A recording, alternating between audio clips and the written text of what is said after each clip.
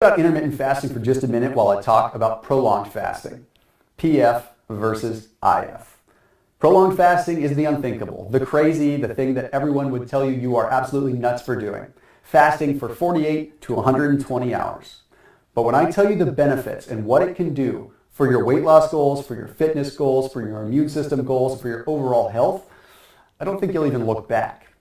You see, prolonged fasting has some huge effects when it comes to boosting energy, has some huge effects when it comes to protecting your cells, has a humongous effect when it comes to actually reducing oxidative stress in the body. You see, consuming less calories means less oxidative stress to have to break down those foods, things like that.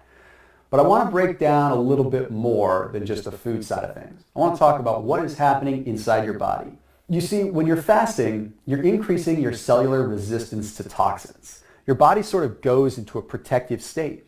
You're not consuming a bunch of food, so your body sort of hunkers down and starts to protect its cells a lot more, just in case there could be an issue with you not getting more food in the near future.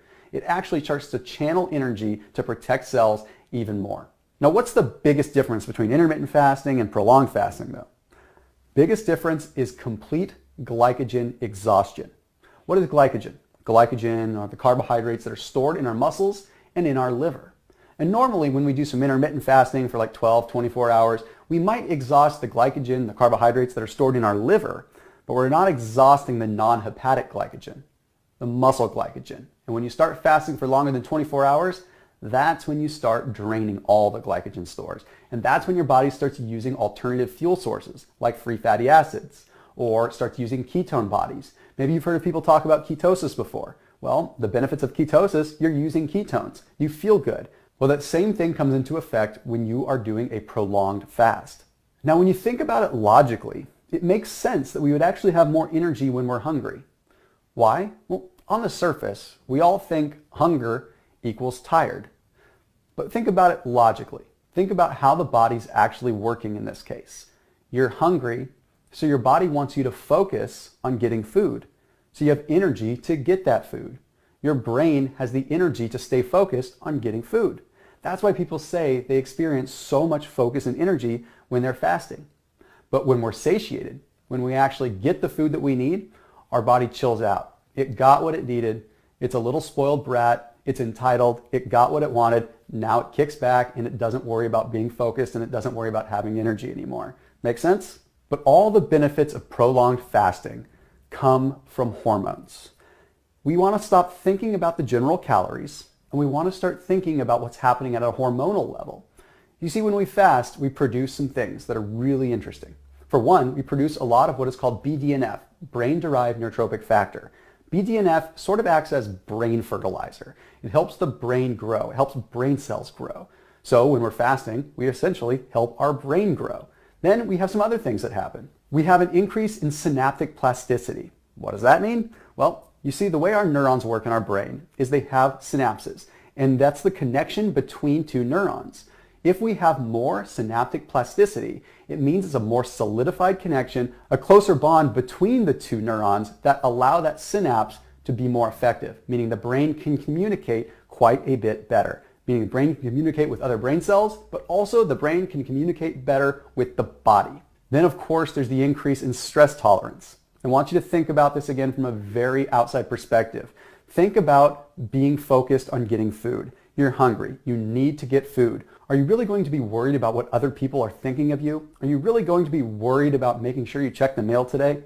No, you don't get bothered by normal stressful things because you're focused. You become a person on a mission going from point A to point B, which is why studies are showing that stress tolerance increases quite a bit when you're doing a prolonged fast. Of course, what you want to hear is the weight loss side of things, right?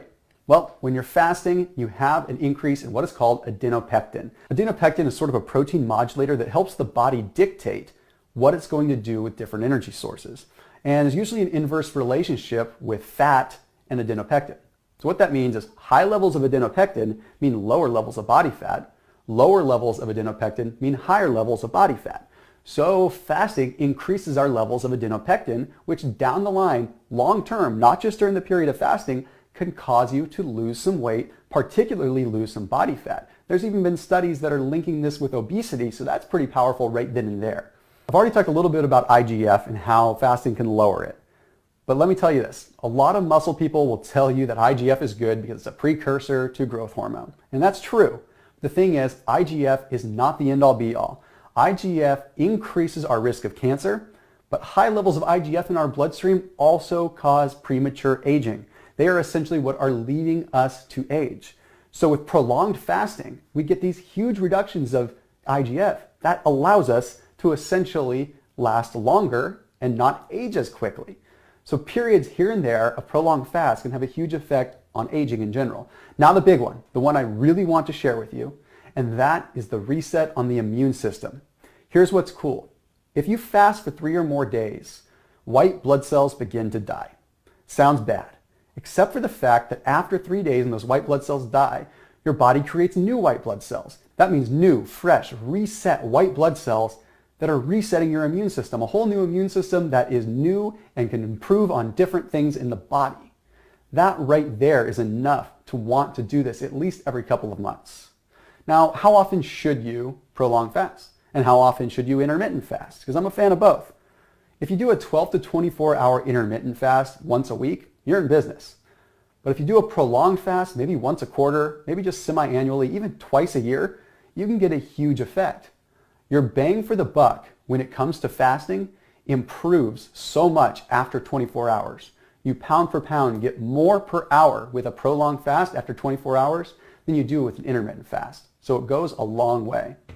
As always, make sure you hit that like button on this video. Make sure you subscribe so you can get more of these videos and get the true science of what's happening in your body so that we stop just trusting everything that's out there so we can start applying what is real with real research. I'll see you in the next video.